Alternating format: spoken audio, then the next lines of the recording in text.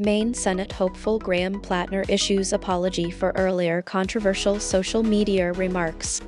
Graham Platner, an oyster farmer now competing in the Democratic Senate primary in Maine, publicly apologized on Friday for a series of earlier social media statements that labeled himself a communist, attacked police, and called rural white Americans racist and foolish.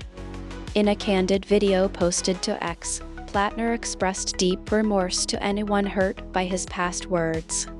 A veteran of the Army and Marine Corps, Platner traced the origin of those remarks to a period of disillusionment after returning from multiple deployments in Iraq and Afghanistan, noting that many of the most offensive comments were made shortly after his 2011 homecoming from Afghanistan.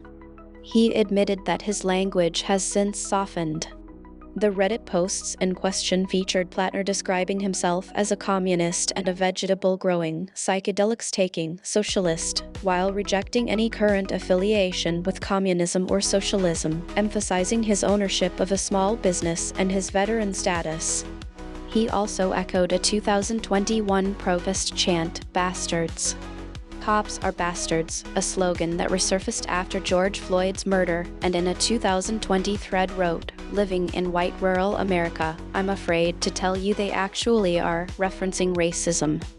Platner insisted his perspective has evolved as he built ties in Maine, stating, "I'm proud of who I am today and prefer to be judged on my present self rather than old internet posts." He also faced backlash for 2013 remarks that downplayed the difficulties military members encounter when reporting sexual assault and for urging people to avoid substance use to prevent sexual assault.